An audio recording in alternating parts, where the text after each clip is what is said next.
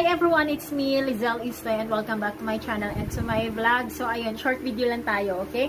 So question ng ating viewer, magkano ang matitake home kapag nag-renew ng loan sa Pag-ibig Fund after makapagbayad ng 6 months na bayad, okay?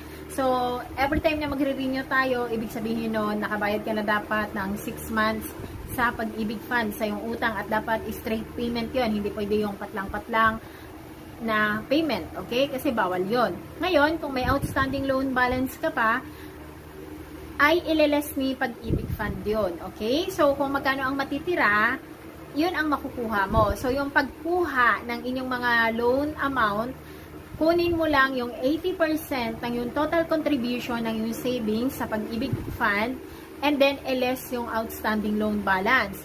Ngayon, ang matitira, yon ang matitake home mo, magagamit mo, marireceive mo. Pero ang babayaran mo kung magkano yung 80% talaga